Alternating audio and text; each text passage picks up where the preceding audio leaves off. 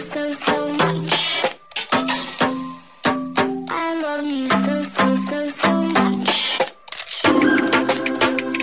love you so much. I love you so much. Hello, all you positive heads out there. Thanks for tuning your beautiful brainwaves into another episode of the Positive Head Podcast, where we are firmly convinced that creating success and happiness is rooted in understanding the ultimate nature of reality. And the fact that as human beings, we are all immensely powerful fractals of the one and only source consciousness, which creates and animates all things. Now, of course, understanding this powerful truth is one thing. Applying this incredibly empowering wisdom to everyday life, well, that's another. Which is exactly why we provide you with a fresh serving of soul food for thought 5 days a week, to help constantly remind you of what matters most. You are it. And I'm your host for the day, Erica Middlemiss. I am just another reflection and extension of you who will be here filling in for our beloved host, Brandon Beecham, leading the way to ensure your perspective is consistently expanded, your vibration is constantly elevated, and your heart is overflowing and full. Also, this episode of the Positive Head Podcast is being brought to you thanks to the support of Gaia. If you're not familiar, Gaia is the go-to source for streaming consciousness content online. And you can sign up for your first month for only 99 cents at gaia.com/positivehead.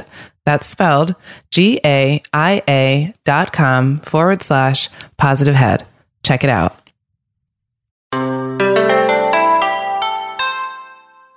All right, all you positive heads, welcome back. Thank you for joining me today on this beautiful day. I'm grateful to be here yet again, filling in for Brandon while he is away. And I was wondering what I was going to talk about today. And so what I decided to do was just put it out there to my guides in meditation. And the answer that I got back was confidence. So today we are going to talk about confidence. But before I get into that, I'd like to read a review. And typically we read reviews from iTunes, but today my iTunes wasn't quite working out for me. So I actually found a review that was written on our Facebook group from Mel. So thank you, Mel. That really helped me out a lot today. And here's what Mel had to say. So unbelievably happy to have stumbled across Positive Head, a very synchronistic occurrence for sure. I was feeling empty lately. A thought kept creeping into my head. My cup is empty. I need the universe to fill my cup back up. I need someone to love me. I need love. Browsing through podcasts, I saw Positive Head. I thought to myself that I could use a positive head. Within 10 minutes, I was crying tears of joy. Brandon made me realize I can fill my own cup.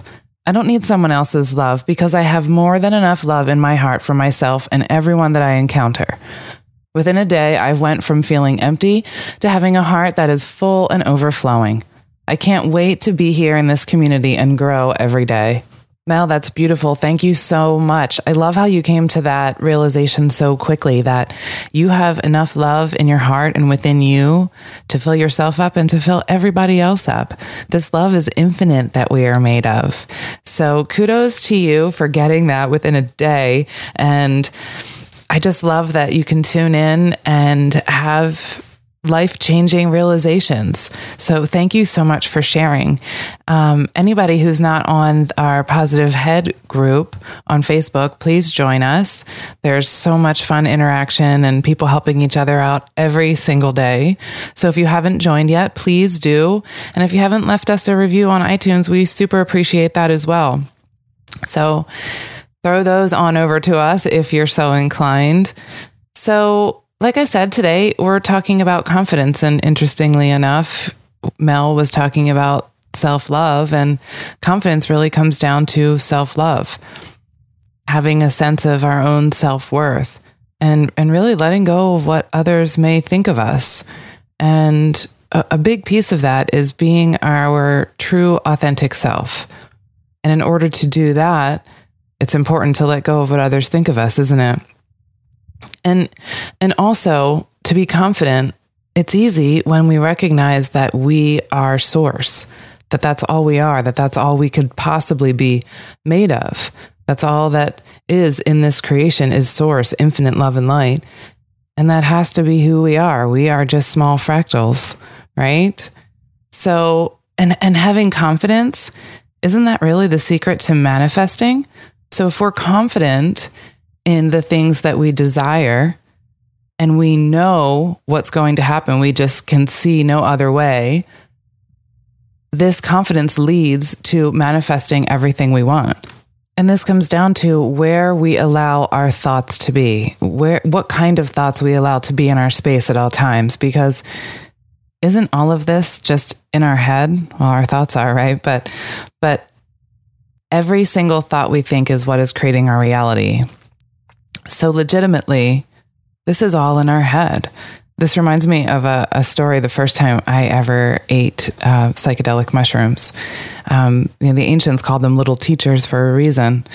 And I was with a big group of friends, and one of my friends had started to have a bad trip where he was sitting in a corner and he was green. And I went over to him trying to help him out. And the minute I got into his space, that started happening to me too. I just allowed this snowball in my head, and I just created this entire world of like awfulness. And I started having a bad trip too, until my brother, who luckily was there, saw that this was happening. And he came over to me and he goes, it's all in your head. It's all in your head. And I looked at him and realized, like, you're right. It is all in my head. I'm creating this with my thoughts. So I can have a completely different situation happening here. And the minute that I realized that, bad trip over. And I had a blast the rest of the night, learning more things because, again, these things are amazing little teachers. But that was the biggest takeaway of the night, that everything that I think in my head is actually what's creating my reality. And it happens really quickly when you're on a psychedelic. You can just see way more quickly. Things are manifest immediately sometimes. And I also think about people who play sports. Any good athlete, if you think about it, Steve Nash or LeBron James, they're not taking shots in the basketball hoop thinking they're not going to make it. They know every time that ball leaves their hand, that ball is going in the net. They have to think that way. Otherwise, they wouldn't be as good. I remember watching Michael Phelps too, with the Olympics a couple years ago. And that man just doesn't let anything get in his head, but his knowing that he is going to just be amazingly fast. And so he is. He knows it's all in his head. Every good athlete does. So why can't we do this for ourselves every single day? Even if the physical world isn't quite showing us what we want to see, we need to kind of lie to ourselves. And that's okay, because we know that it is out there in the potential vibration, right? In the vortex. So since it is out there, it's not technically lying, but it just feels like we're lying to ourselves at the moment. But we can switch that thought by knowing that there is infinite possibility out there in the potential of all things. In the vibrational continuum of time, there is the potential of everything. So we can choose to think a different thought and create that other thing that's more beneficial to us. And maybe that other thing is loving yourself, is forgiving yourself, is just being grateful for the little things. And we have to be really careful with our words. Words are so powerful, right? They're sound vibrational complexes, and vibration is what creates reality. So we never want to speak in opposition to what it is that we want. So we have to be really aware and pay attention to the words that are coming out of our mouth, so we are not shoulding on ourselves or canting. You know, if we say, I can't, you want to switch that, like the little train that could, and I think I can. Every time you catch yourself saying, I can't, switch it. Switch that sentence to I can, and see how the universe responds. I bet you over time, with lots of practice, you're going to get a different outcome.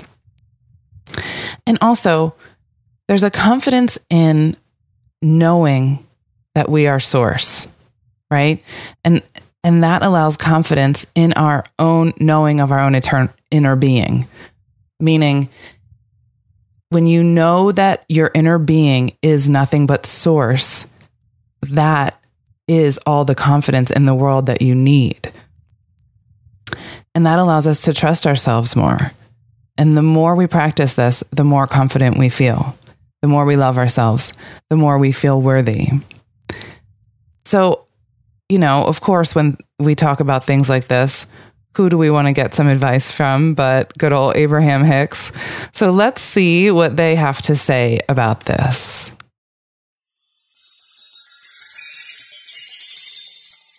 So what do you want to talk about? I'd also really like to know about confidence. How can I have more confidence in the next segments of my life, and what is confidence? Confidence is standing in a moment in your body, seeing whatever you're looking at through the eyes of source. So it includes seeing you, seeing what you're seeing. It means allowing all that you are to be present in the moment. And you would be in that confidence if you weren't doing something, or if you haven't been practicing something that is still somewhat active in you that isn't letting the confidence through. It's like you've got an umbrella up, and confidence and well-being is raining down all around you because your inner being knows how brilliant you are and how worthy you are. The best way for anyone to grow their confidence or to improve their personal sense of worthiness is to understand the laws of the universe, to set intentions, to do your best to feel good as much as you can, and then observe the way the universe works on your behalf. Because the more you catch the universe working on your behalf, the more worthy you feel. But you got to be in the vibrational vicinity of it. We've been working toward this understanding with all of you for quite some time. We're going to give you a very brief series of ways to look at it that we've been offering with this singular intention in mind. We told you that you were source energy before you came into this physical body, and that you still are source energy even though you're here, because we want you to understand these 2 points of attraction that are you: your soul, source, inner being, God part, and you in your physical body. And of course, the more closely aligned these 2 parts of you are vibrationally, then the better you feel, the more satisfied you are, and the more worthiness you are aware of, because your inner being knows that about you. So then we went on to explain that if you feel any kind of negative emotion, like insecurity, for example, or lack of confidence, it always means that you're just looking at it different than your inner being does. And in fact, if your inner being were not so confident, you could not feel lack of confidence. Because the emotion that you're feeling is the relational feeling between how your inner being feels and what your inner being knows and what you're doing right here and right now. Then we went on to explain that you sift through the contrast in your time and space, and you launch these vibrational rockets of desire. You can't help but do it. And when you do, they're answered every time by your inner being, by source, and by law of attraction. So this growing that you're doing is happening even though you can't see it right now, because these vibrations have to turn to things before you can see them. There's a vibrational realm that exists, but you've got to find some way to tune into it and to practice being tuned to it before you can be the translator of it into things. Well, most humans wait until they can see and hear and smell and taste and touch the things before they allow themselves to feel worthy. They want to gather other people around, and they want them to all stand in amazement at the statue that you've created. Isn't it beautiful? I made this. Took me my whole life. It's all I'm ever going to do too. Just going to rest on the laurels of this statue. A lot of people do that. They get something going and they like it, and other people like it, and then they just stand and say, that represents me. It's the tangible thing that they want to represent them. We want the intangible to be what you're reaching to represent you. Because if you could hook into and understand this vibrational reality, then what would happen? is in your knowing that it's there, even though you can't yet see it. In your faith that it exists, even though you can't see it, hear it, smell it, taste it, touch it. But you can feel it because you feel satisfaction. You can feel it because you feel exhilaration. You can feel it because you're happy. You can feel it because life helped you to know that you wanted it, and you believe that it is coming in the fullest of sense. So you stand in that faith-based, expectant, knowing that it's coming because you can feel it, state of being. And then a really wonderful sequence of events begins to happen.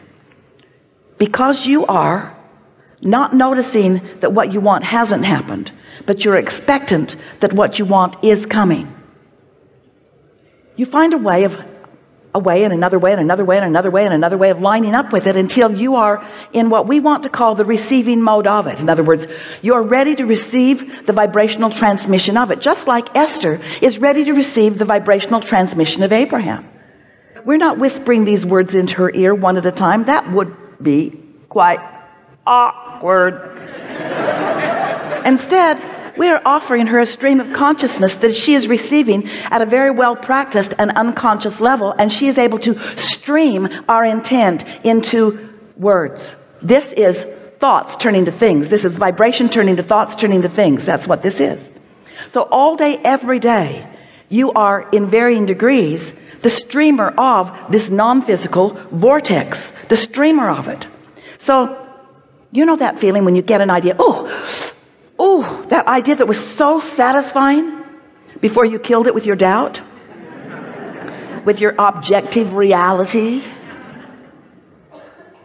It burst through in a moment of your defensive weakness. It burst through in a moment of your unguarded protectiveness. It burst through because it must, because source is always flowing it. It came through and, oh, you got a whiff of it. You said, and then you saw someone else saying, what's wrong with you? Nothing, just a ridiculous thought I had about my future success.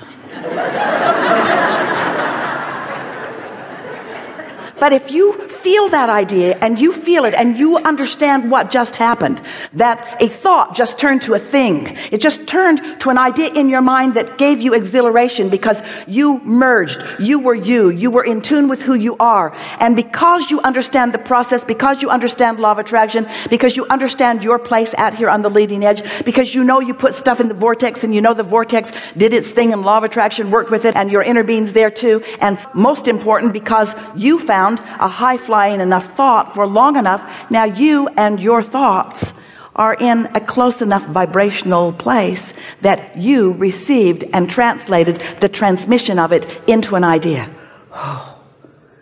And we want you to know that's not the beginning. That's well along the way when that happens to you. And when that happens to you, that means you have the ability to hold yourself there for more thoughts, which bring more good timing, more good rendezvous, more manifestations of the things that are in your vibrational reality right out here where you can see them and everyone else can too. And there is nothing in all of the universe that brings more of a steady awareness of your worthiness than you're applying what you know and translating it into your good deeds, you see. Words don't teach. It's only life experience that teaches. It's odd that we offer so many words. We blame Esther. We're just offering feelings. We're offering thoughts. And she's translating them. And we're glad that she is, because you're joining her in these rendezvous. And then your life experience shows you something that you've heard about. And you realize that you are the creator of your own reality. You are the worthy creator of your own reality. You have the energy that creates worlds at your back, assisting you in the creation of whatever it is that's important to you. For you not to feel worthy is ridiculous. We'll be kind. Crazy. Stupid. It's ridiculous for you to not know the worthiness of your being, because it's just crazy that you have not been allowing more and more of what you've put into your vortex, which is alive and well, to come into your conscious awareness. So here's why. It comes into your conscious awareness all the time, and then you counteract it with other things that you've picked up along your physical trail. So the reason that you don't let your cork float is because you hold it under the water. That's all. Let go of it. It'll float. So there it's floating. The idea came. Ooh, what a good idea. And then you think, oh, never done anything like that before. Hardly know anybody that has. Not sure what others would think if I actually did that. Not sure how much time I have. I'm pretty busy. I don't know. I'm not getting enough sleep as it is. I don't know. I don't really think I can do that. And then your cork is under the water and you say, why don't I feel worthy? And we say, let go of the cork. Oh, I don't think so. I think I have good reason to hold this idea down because I tried to explain a little bit of it to my mother.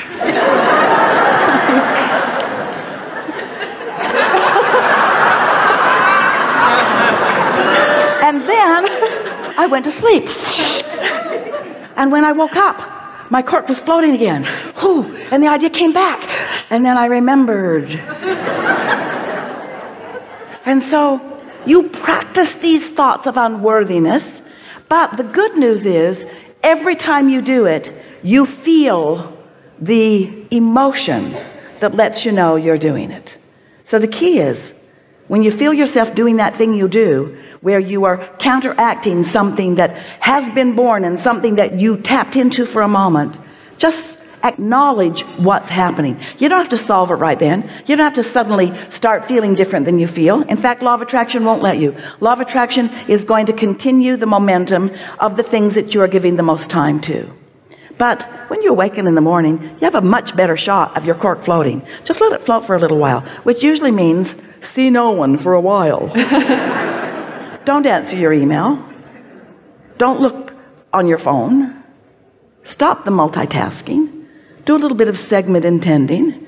Let this segment of your day be, you woke up, you're tuned in, tapped in, turned on. Stay there for just a little while and practice what it feels like to be in sync with the ideas that are flowing. It's just like your radio. Set your tuner for what you want to receive. And what you want to receive from your vortex is way up here in these pure positive energies, you see.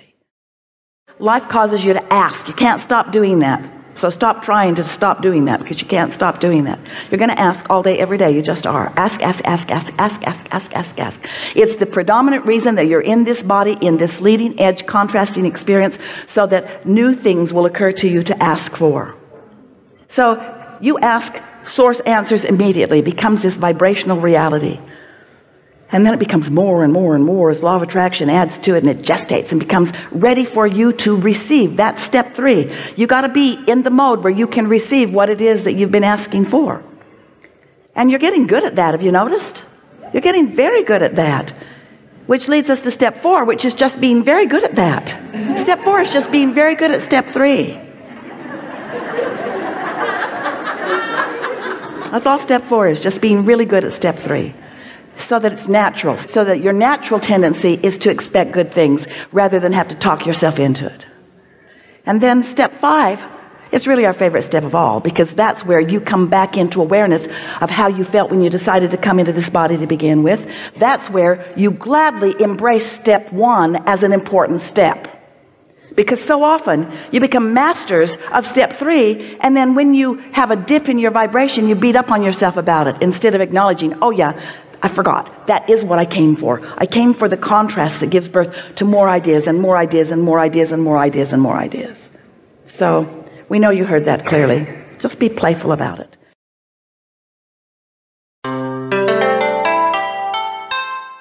Of course, you gotta love Abraham. Always, always amazing advice. And I love what she said here about confidence is seeing through the eyes of source and allowing all that you are to be present in the moment.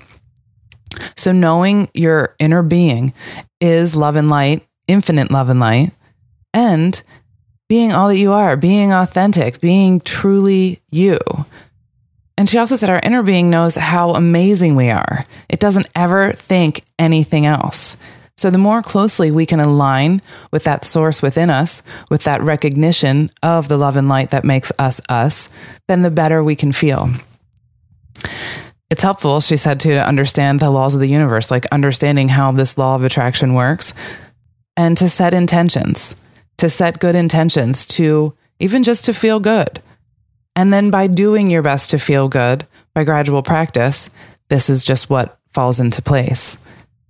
So she was talking about most of us wanting to see this material manifestation before we feel worthy. But even though you can't see it yet, we still need to be able to allow the reception of the vibration in.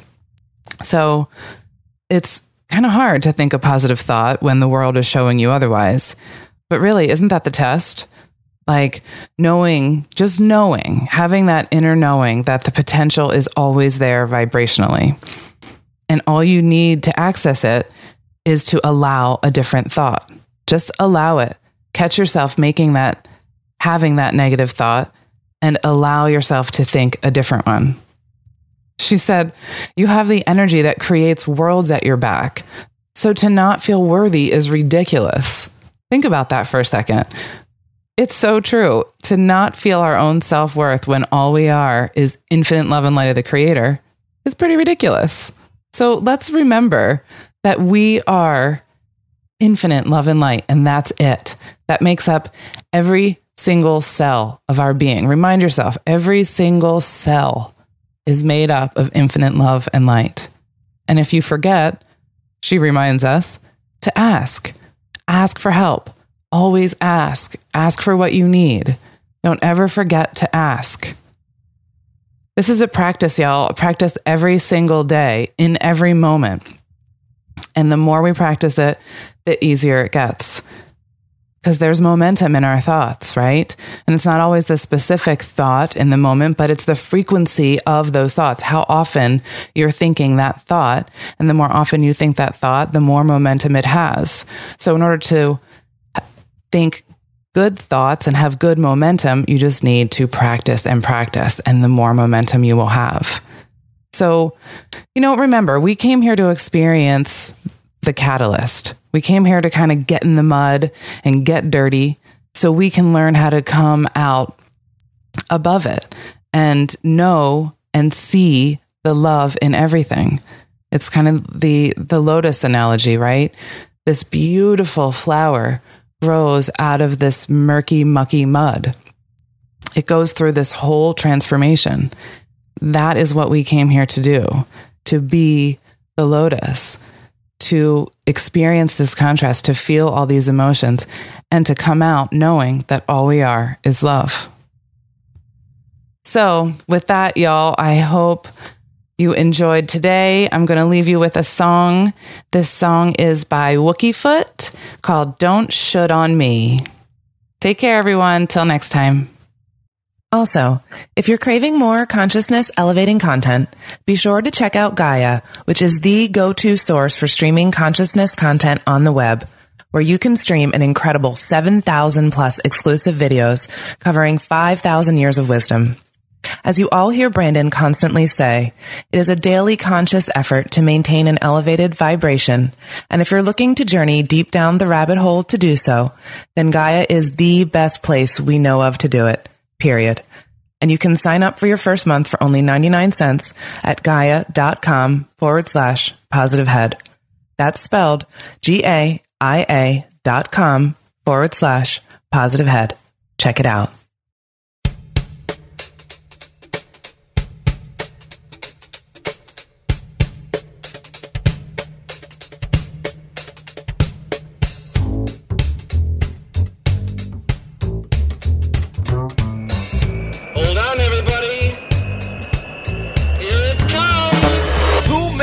Disagree to agree, both one to the other saying what should be. Each climbing higher up, self-righteous towers and catapulting shoulds back and forth just empowers them. Don't get me wrong, I'm the king of it, just a little bit hippie hypocrite winging it. Sometimes thinking that I'm knowing everything of it and putting my should inside a song and singing it. Sing it. Should as it should maybe sounds absurd, but should could be heard almost every other word. When you should on your friends is bad for the health, but you gotta be careful not to should on yourself. These towers of Babel all inevitably fall with cracks in the wall and the building implodes. From the wreckage in the rubble we rebuild another bubble, cause that's the way the monkey mind goes. With a should do this and a should do that, everybody's just trying to do good. But how many shoulds would a good man say? If he could stop, would he stop shoulds? Oh, my plan for the rooms to mend. There's only one thing we should do. Don't you should on me, and I won't drop my shoulds on you.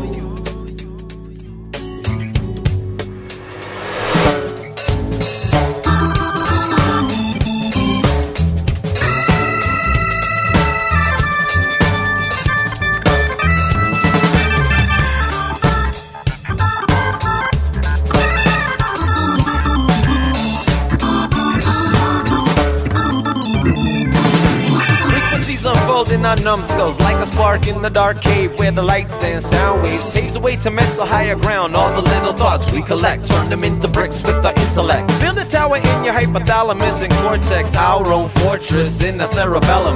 We can carry our convictions to the roof and yell them at the top of our lungs, standing on the top rung. Should as it should maybe sounds absurd, but should could be heard almost every other word. When you should on your friends is bad for the health, but you gotta be careful not to should on yourself. These towers of Babel all inevitably fall with cracks in the wall and the building implodes. From the wreckage and the rubble we rebuild another bubble, cause that's the way the monkey mind goes. With a should do this and a should do that, everybody's just trying to do good.